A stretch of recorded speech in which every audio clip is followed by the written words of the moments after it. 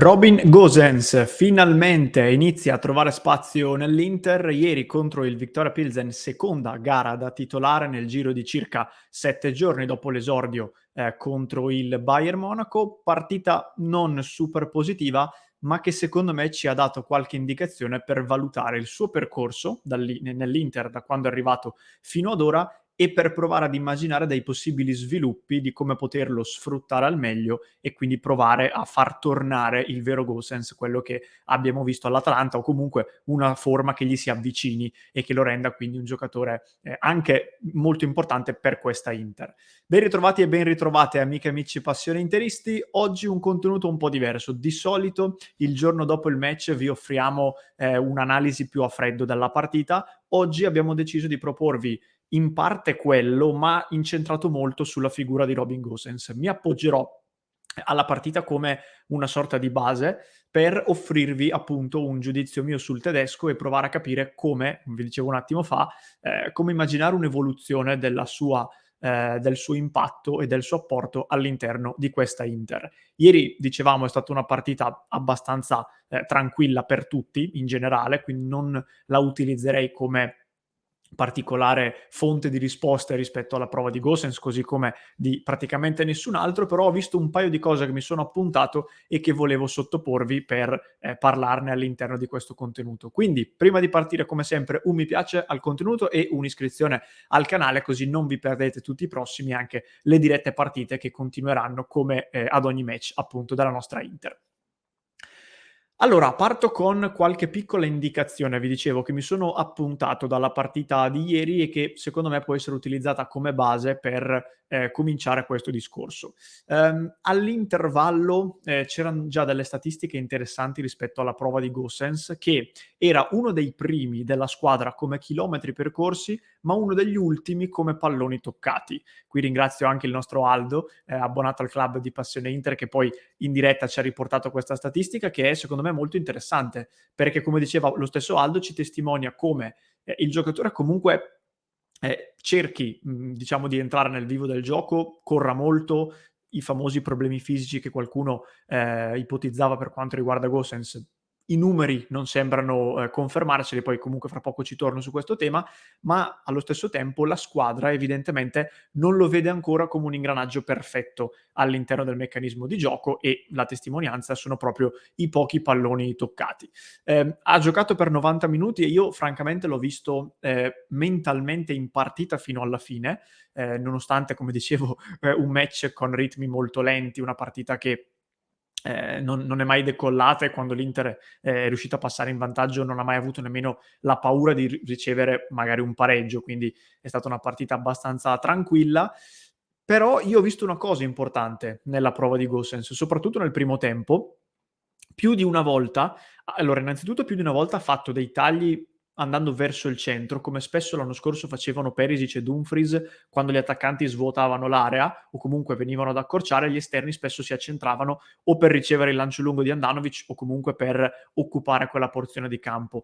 Il gol dell'1-0 dell'Inter nasce proprio da un taglio di Gosens che stoppa in area di rigore come una punta, come un Dzeko appunto come il Dzeko che abbiamo visto ieri, stoppa in area di rigore, gira su Correa di sinistro, il quale poi gira appunto su Dzeko e arriva il gol. Questo è un movimento molto importante da parte dell'esterno e se fatto da Gosens, che è uno che nell'ultimo terzo di campo e a maggior ragione nell'area di rigore avversaria si sa muovere bene, può essere molto importante. E poi un'altra cosa che gli ho visto fare più di una volta sono dei tagli in profondità chiamati quando la palla era o della mezzala, diciamo più vicina a lui, o più spesso del braccetto, quindi in questo caso di bastoni. Lui chiamava il taglio in profondità, la maggior parte delle volte questo taglio non è stato, diciamo, aiutato da un passaggio, non è stato imbeccato e quindi poi lui doveva tornare indietro. Questo secondo me ci dice due cose. La prima, come vi dicevo un attimo fa, è che comunque Gosens pian piano sta cercando di entrare all'interno dell'ingranaggio di gioco e dei ritmi della squadra. La seconda è che la squadra forse ancora non lo vede perfettamente, diciamo, nei radar, tra virgolette. E lo dico perché mi sembra di ricordare che l'anno scorso, all'inizio, nei primi mesi della sua esperienza all'Inter, anche Dumfries vivesse spesso situazioni simili. Tant'è vero che spesso dicevamo Barella sembra ignorare Dumfries. Su 10 volte in cui può passargli il pallone gliela passa 2 volte, gliela passa al massimo 3 volte. Io in qualche modo ci rivedo questa dinamica anche nel caso, di Gosens, e andando a vedere quello che poi è successo a Dumfries, mi viene da pensare che col passare del tempo, col passare delle partite, e quindi qui apro una parentesi: "Mister, facciamolo giocare questo ragazzo che è una risorsa troppo importante per utilizzarla come un panchinaro qualsiasi", ehm, l'ingranaggio poi possa iniziare a girare meglio e anche la squadra, abituata magari ancora, tra virgolette, a Perisic, che è stato in quella posizione per 2 anni, buoni e a un livello elevatissimo, magari inizia poi a capire chi ha di fianco, inizia a vedere anche in partita, perché l'allenamento in questo senso conta, ma fino a un certo punto, iniziano a capire i movimenti, a leggersi meglio e poi anche Gosens può essere sfruttato bene.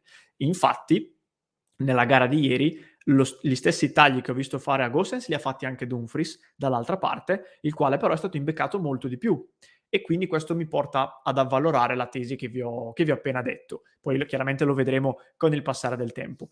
Altra cosa importante, Barella, che è stato quello che spesso ha imbeccato Dumfries, forse in questo senso potrebbe aiutare di più Gosens, perché è un giocatore che magari tende a guardare più sull'esterno rispetto al Çalhanoğlu, al Mkhitaryan, che invece magari guardano più alle punte, ma questo è un discorso, che vale quel che conta, perché appunto Barella gioca a destra e gli altri 2 giocano a sinistra. A Gosens sono state spesso, diciamo rivolte delle critiche o comunque delle osservazioni che solitamente riguardavano 3 aspetti: ha problemi fisici, ha diciamo un problema psicologico legato ai problemi fisici, che quindi gli impediscono di, giocare sereno, di forzare sulla gamba che ha avuto più di un infortunio negli ultimi mesi, e qualcuno diceva anche non si è integrato al meglio magari nell'Inter, tant'è vero che le voci sull'interesse del Bayer Leverkusen potevano per certi versi confermare questa tesi. Io francamente in questo contenuto mi sento di dirvi: per il momento non vedo nessuna di queste 3 cose.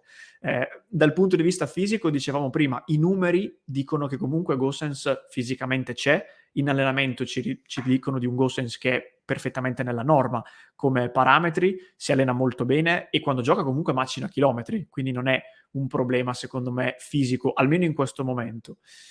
Il problema psicologico è più difficile chiaramente da percepire per chi è esterno come me e come voi, però io noto un dettaglio che dicevo anche ieri in diretta: non mi sembra di vedere mai Gosens risparmiarsi nell'andare in tackle scivolato, comunque nell'andare a contrasto, anche nei contrasti duri. Tendenzialmente se un giocatore ha un po' paura di farsi male e tende magari a volersi preservare un attimo, certi contrasti li evita, perché appunto teme magari un infortunio. Io in Gosens questo non lo vedo. Io vedo che quando deve andare a contrasto ci va e non ha grosse paure in questo senso.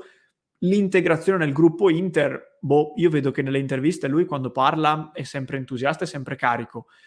Una cosa che noto spesso, fateci caso, quando è in panchina e soprattutto quando va a scaldarsi a bordo campo, di fianco alle panchine, è sempre uno dei primi che applaude i compagni, che quando la palla esce nelle sue zone la prende, la passa subito per battere la rimessa laterale. Sono piccoli dettagli, me ne rendo conto, però se uno non fosse integrato forse queste cose non le vedremmo e quindi mi viene difficile pensare anche questo. Quindi questi secondo me sono degli aspetti su cui io non approfondirei. Qual è quindi il problema di Robin Gosens, mi sono chiesto. E la risposta che mi sono dato è che, e chiaramente poi voglio sapere anche la vostra nei commenti, banalmente il problema è tattico, cioè ci sono 2 cose da considerare. La prima, che ho detto un attimo fa, deve giocare. È un giocatore, come di fatto tutti gli altri, ma forse lui in particolare, che ha bisogno proprio di giocare in partita, di trovarsi con i compagni all'interno della partita, non solo degli allenamenti, e di costruire quindi il suo ingresso nell'ingranaggio Inter in partita, come ha fatto Gosens, scusatemi, come ha fatto Dumfries, che vi dicevo prima. Perché appunto anche lui all'inizio sembrava un pesce fuor d'acqua, sembrava che facesse dei movimenti che non c'entravano nulla e che non venisse servito. Adesso sfido chiunque a dire che Dumfries non faccia parte dell'ingranaggio squadra. Poi ci sono le partite in cui fa meglio e quelle in cui fa peggio, questo è normale. Però comunque è un giocatore a tutti gli effetti di questa squadra che ha un'idea chiara su quello che deve fare. E io credo che Gosens abbia bisogno di questo, di giocare più spesso, anche quando magari non viene scelto dal primo minuto, non mettiamolo dentro all'80°, perché 10 minuti in partite poi magari già indirizzate contano poco, mettiamolo magari al 60°, diamogli una mezz'ora buona per giocare. Questa chiaramente è la mia lettura. E la seconda cosa importante secondo me è la gestione delle coppie degli esterni. Questa è una cosa che abbiamo già detto anche altre volte.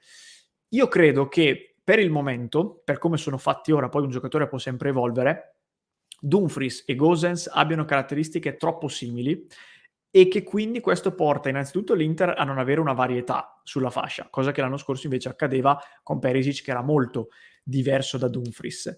E evidentemente tendono, più che magari ad esaltarsi a vicenda, tendono ad annullarsi a vicenda o comunque a, diciamo, rubarsi a vicenda dinamiche di gioco dove entrambi sono bravi e quindi però ne puoi scegliere uno. Il famoso attacco nell'ultimo terzo di campo, il cross che arriva da una fascia e che viene chiuso dall'esterno sulla fascia opposta.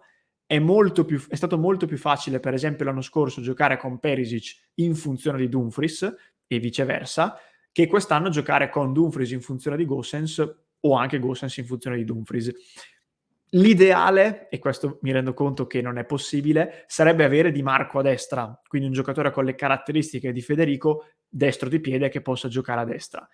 La mia sensazione è che, pur essendo legittimamente i due titolari delle fasce, Dumfries e Gosens, perché sono i due anche sulla carta più forti, forse per valorizzare al meglio il tedesco potrebbe essere una cosa interessante provarlo in coppia con Darmian o addirittura con Bellanova, quindi giocatori un po' diversi rispetto a Dumfries, che hanno un tasso tecnico un pochino superiore, che possono magari evitare appunto di avere la stessa caratteristica di Gosens nell'andare ad attaccare l'area, e che invece possono aiutare lo stesso Gosens con un cross e permettergli di attaccare l'area e di fare gol.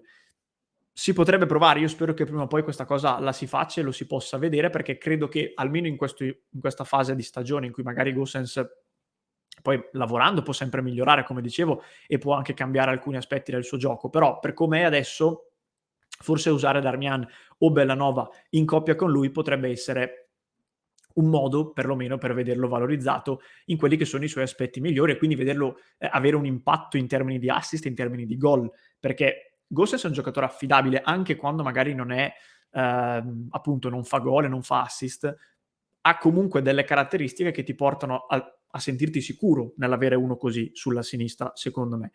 Però è chiaro che se tu hai comprato Gosens e l'hai pagato 25 milioni, lo hai fatto perché nella sua storia recente ci sono 10 gol all'anno, ci sono 8-10 assist all'anno, e quindi è un delitto per certi versi comprarlo e non sfruttarlo per queste cose. E quindi forse variare un pochino in questo senso potrebbe aiutarlo, anche perché banalmente aiuti anche lo stesso Dumfries, perché se poi Dumfries lo fai giocare in coppia con Di Marco, per esempio, lo stesso Dumfries è agevolato ed è aiutato. Non so, questa è stata un po' la mia lettura.